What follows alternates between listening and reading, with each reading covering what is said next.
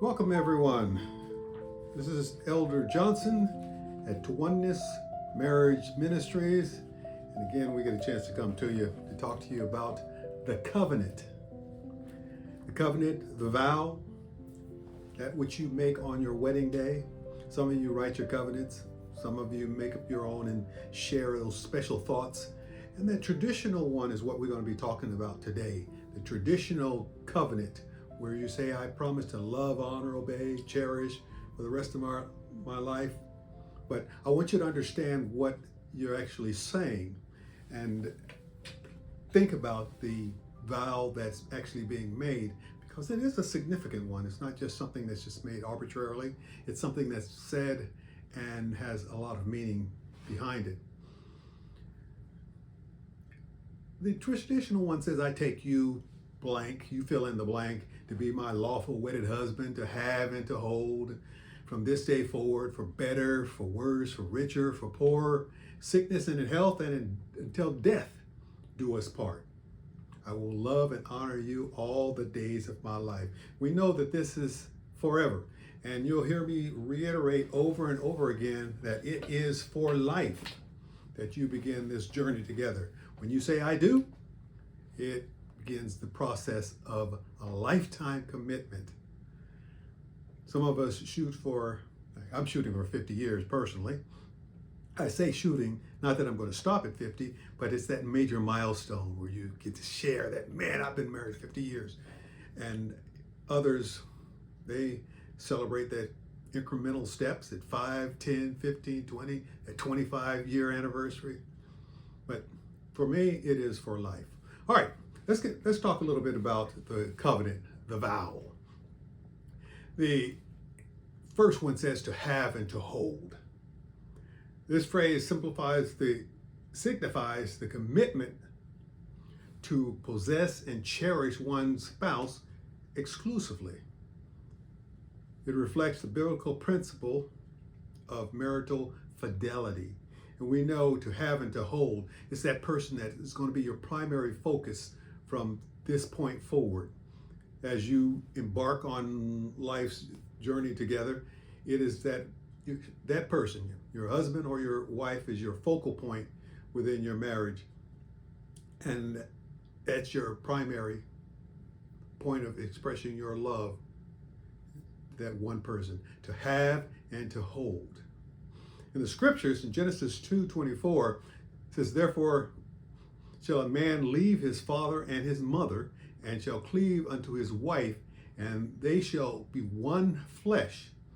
When I reference oneness is two becoming one. It's the process of two becoming one. And it begins on that wedding day when you do say, I do. This is where we're talking about the vows and the covenant. It is your commitment that you're sharing that begins this process. Therefore shall a man leave his father and his mother, and shall cleave unto his wife, and they shall become one flesh. This verse emphasizes the unity and exclusivity of the marital bond, one flesh, intimate, open to each other.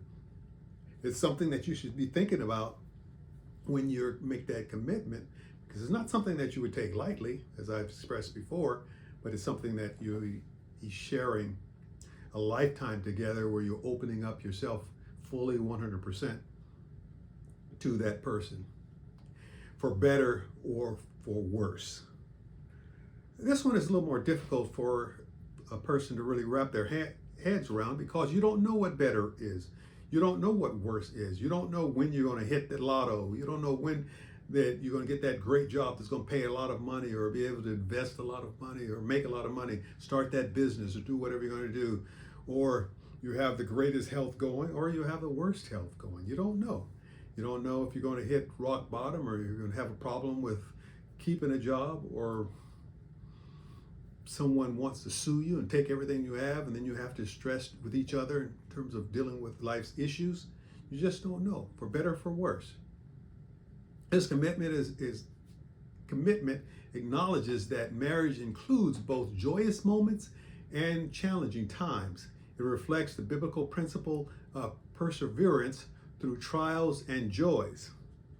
And we know that you just don't know along the path what's going to happen to you, when it's going to happen, how it's going to happen, how impactful it's going to be. You just don't know. But at the same time, if you make up in your mind that you're not going to let it create a division or a separation, then you're in a good spot. You're in a good place where you'll be able to know without a shadow of a doubt that whatever comes, we're going to work on it together to try to get through whatever is that problem that may come up against you.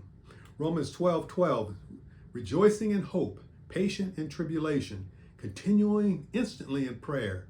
This verse encourages perseverance and prayer during difficult times in marriage. And again, we know that difficult times will come.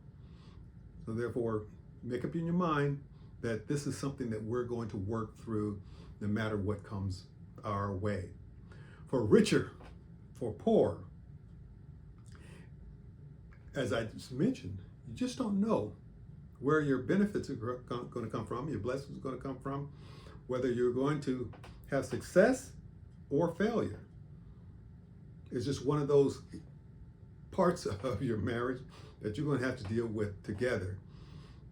You may have success through having a good job, or you're a wife, you may be able to stay home if that's your desire, or your husband is able to latch onto the job that will make him happy and benefit him. Or you might be able to, as a wife, be able to latch onto that job that just hits that good spot. Now you're making all this money, or you're all good. But then you might lose a job. You might have a problem with your health where you can't work. You may have to stay at home. Or you have children and you desire to stay at home. Now the cash flow isn't as great as it used to be. So now you're going to put yourself in a position where you're going to have an economic bind, which puts pressure on the marriage. Thus, so that richer or poor, you have to process and think, okay, this might come about. What will we do as a couple? How will we maintain ourselves and hold on to that bond that we've created?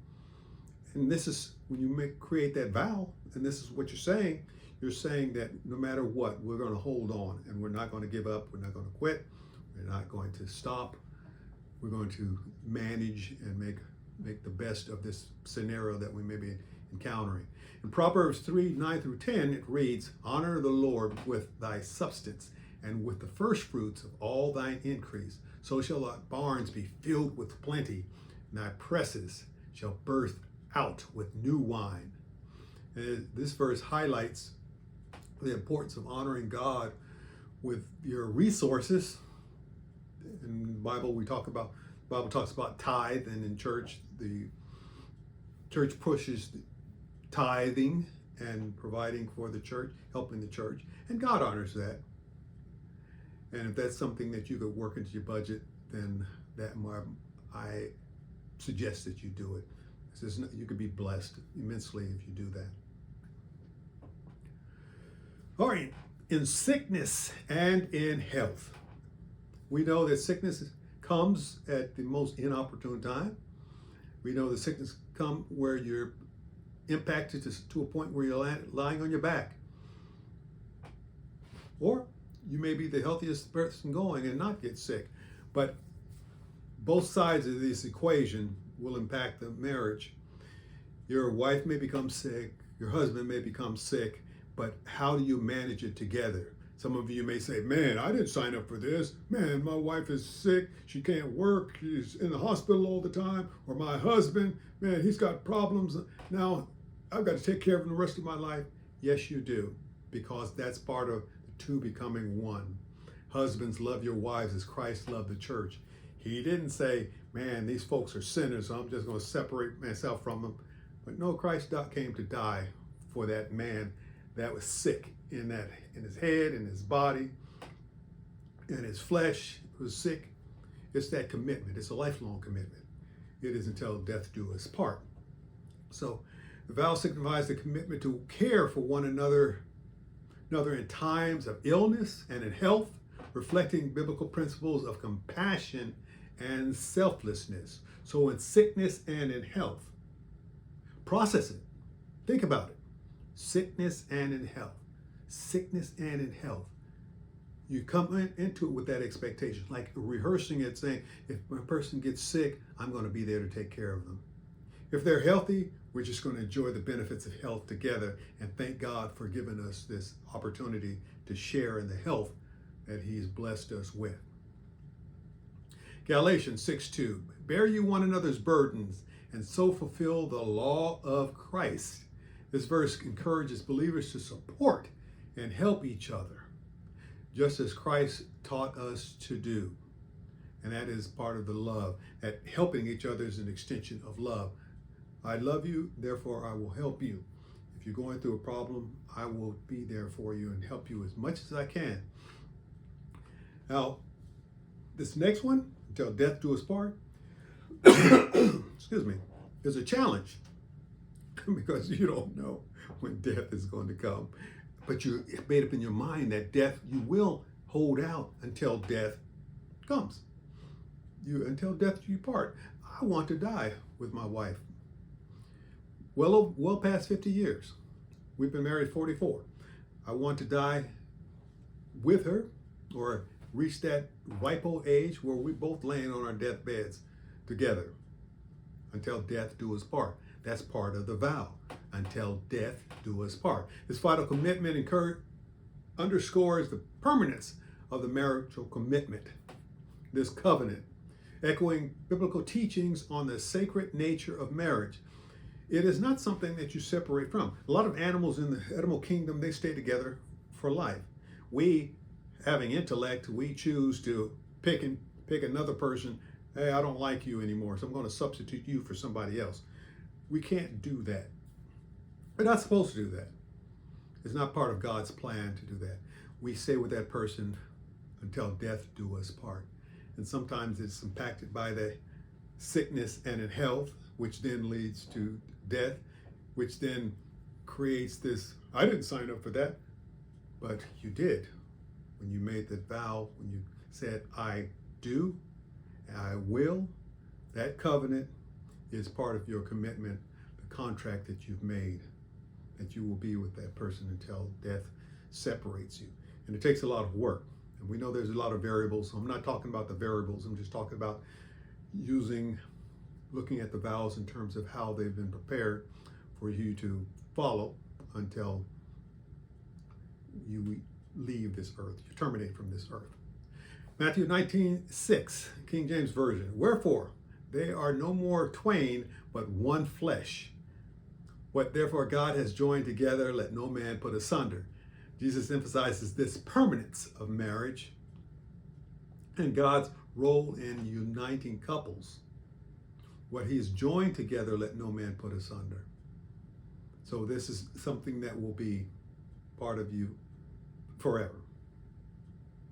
I will love and honor you all the days of my life. Is that a laughable comment, or is that something that you really believe in? I will love you, I will honor you, I will cherish you all the days of my life. This statement expresses a lifelong commitment to love and honor one's spouse, reflecting biblical teachings on love, respect, and servanthood in marriage. Love, respect, servanthood. Love, respect, servanthood in the marriage. So we're looking at that commitment. Ephesians 5:25, husbands, love your wives even as Christ has loved the church and gave himself for it. This verse instructs husbands to love their wives sacrificially as Christ loved the church. No one said it would be easy. No one said that this path that we're on, once you say I do within the commitment of that covenant, no one said that it would be easy for you to follow. But when you think about the vows and the covenant that you're making, you're saying that. You're in essence, you have a verbal contract that says, I will do what I'm getting ready to say I'm going to do. Even when you write your own, there's some commitments in there.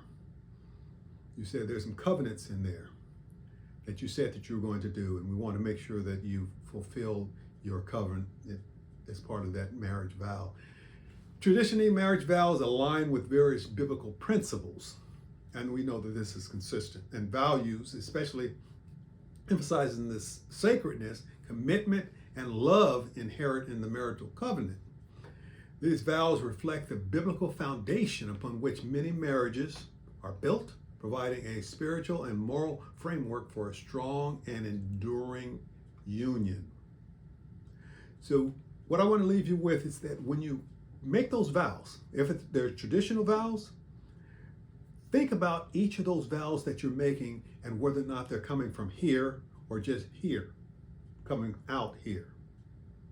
It's easy for us to say them because those great words to say, but it's harder to keep them here because it costs you everything.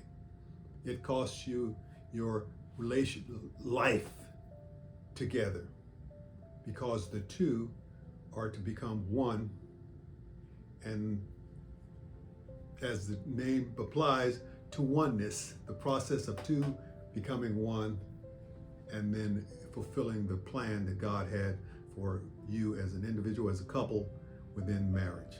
What He has joined together, let no man put asunder. All right. Are we good? You understand?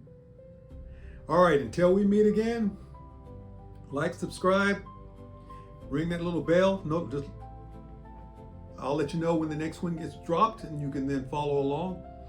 Hopefully you'll be able to benefit from it, and I pray that God continues to bless you. All right? Stay blessed.